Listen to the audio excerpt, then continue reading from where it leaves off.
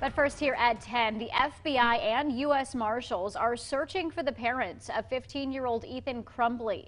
They're facing criminal charges after their son allegedly opened fire inside a Michigan high school, killing 4 students and injuring several other people. Ethan Crumbley facing nearly 24 charges. His parents now charged with involuntary manslaughter.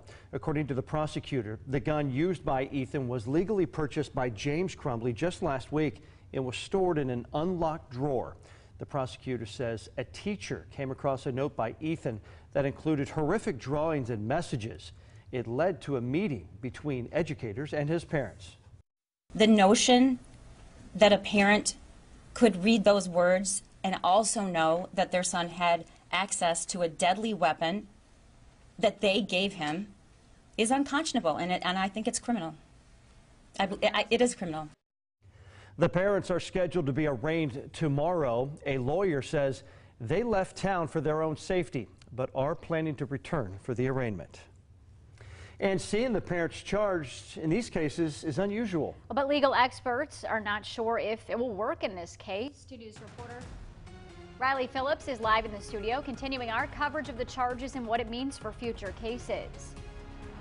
Yes, experts believe the prosecution will have a difficult time proving there is enough evidence to support the involuntary manslaughter charges.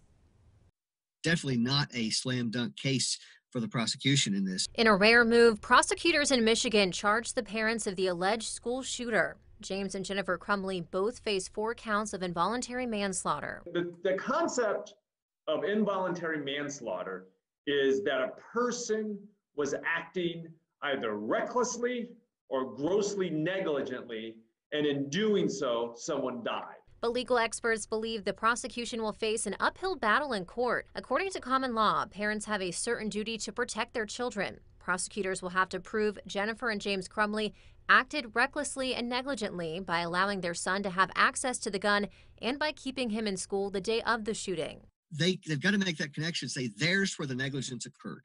They failed to do what they should have done as a duty to their children, to protect them and to protect others from them, and they failed to do that. And experts say getting the jury to believe the facts when applied to the law will be challenging. It's always difficult to tie the actions of the person who did something to the parents or somebody else.